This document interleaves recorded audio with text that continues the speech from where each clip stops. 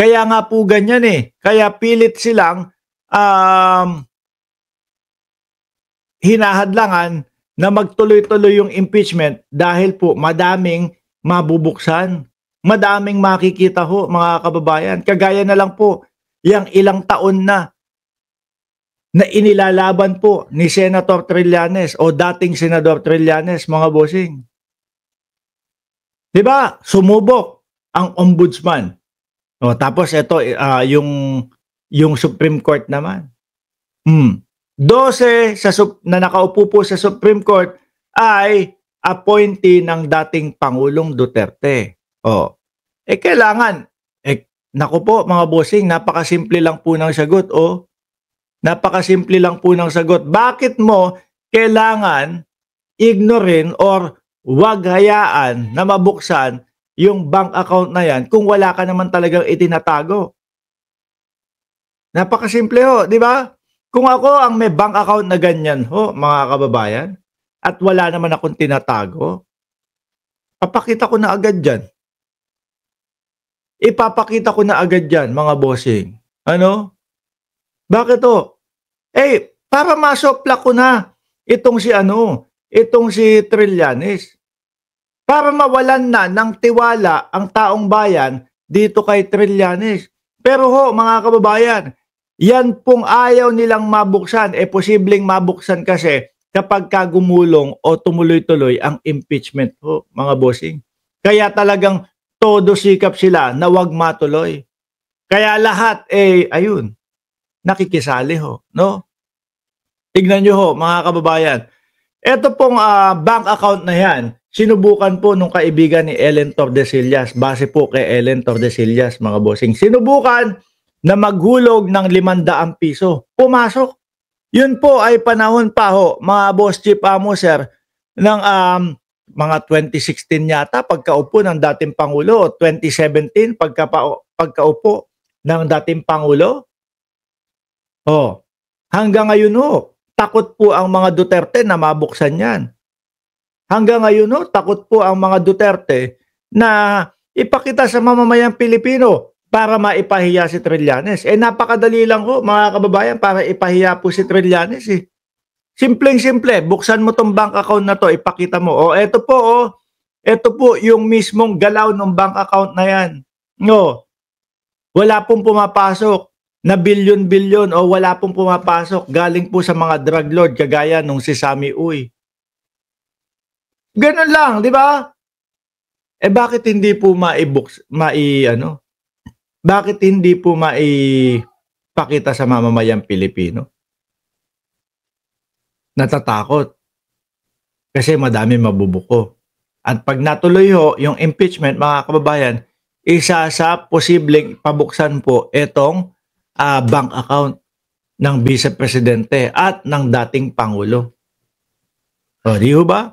At sinubukan pa ho ulit mga boss chief sir. Sinubukan po ulit lagyan, mga kababayan, ng pondo ni Ellen Tordesillas yung bank account na yan. Pumasok pa din po, existing pa din po. 100 nga lang yung kanyang ibinigay doon o linagay doon. No? They're trying desperately na di matuloy impeachment. Yung joint account nila, no, Sara Duterte, ni ex-President Rodrigo Duterte, contentious. Kasi dito, yung nakita ko na mga pera na pumapasok, lumalabas, galing sa drug lord. Kaya they're trying desperately na hindi matuloy ang impeachment kasi pag natuloy yung impeachment, lalabas tong mga to, sabi ni dating Senador Trillanes. Ito pong mga ito, hindi po nila maidepensa yan. Hindi po nila kayang ipakita. Nagbanta pa po yung kampo ng dating Pangulong Duterte. Nagbanta na kakasuhan daw po si dating Senador Trillanes. Nasaan na yung kaso? Hindi po nila maikaso-kaso. Bakit to? Kasi pagka kinasuhan nila, para mapatunayan ho nila na itong si Trillanes, mga kababayan, ay sinungaling at sinisiraan lang sila, kailangan nila ipakita yung bank account. Di ba? Kailangan natin buksan yung bank account na sinasabi ni Trillanes. Kapag hindi totoo, ibig sabihin, pasok sa oblo to. Di ba? Ibig sabihin, balik oblo itong si Trillanes. Ganun kasimple ho, mga kababayan. Pagka hindi napatunayan yan, ay nako, mawawala na sa isipan ng taong bayan na magnanakaw sila. Pero dahil nga po walang kadipe-depensa, hindi natin marinig yung depensa nila. At ang naipanalo nila dyan sa impeachment na ngayon, mga bossing, dahil lang po sa teknikalidad at hindi dahil na ipagtanggol nila sa ang vice-presidente na hindi magnanakaw. Uulitin ko, masakit man, pero magnanakaw pa din ang vice-presidente. Yun po ang tumatakbo sa isip ko. Hanggat hindi tayo nakakarinig ng depensa na galing po sa kanila. Nung kanilang mga dahilan kung bakit nila masasabing hindi sila magnanakaw. O, di ba? Ganun kasimple ho, mga bossing.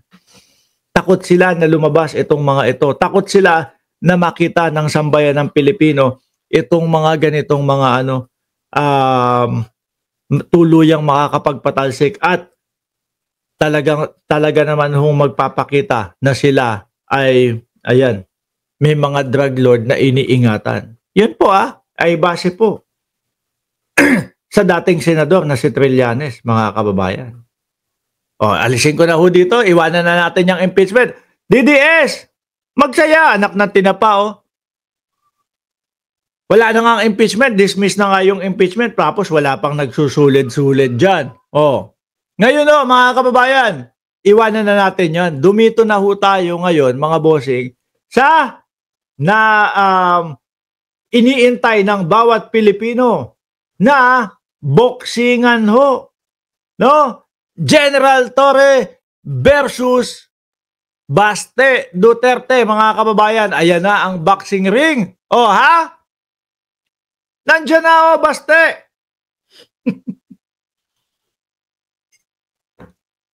Nandiyan na Baste, boxing ring, wala. Mukhang wala po si Baste, mga kababayan.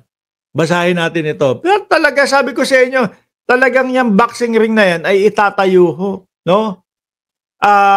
Dumating man yung pangalan na Baste Duterte o hindi, itatayo po yan, mga kababayan. Tingnan, look! Balita ng GMA News, boxing ring for PNP Chief Police General Nicolas Torre III against Davao City Acting Mayor Baste Duterte is being set up. Siniset up na, Baste, mahiya ka naman. Hahamon-hamon ka, tapos wala din palag.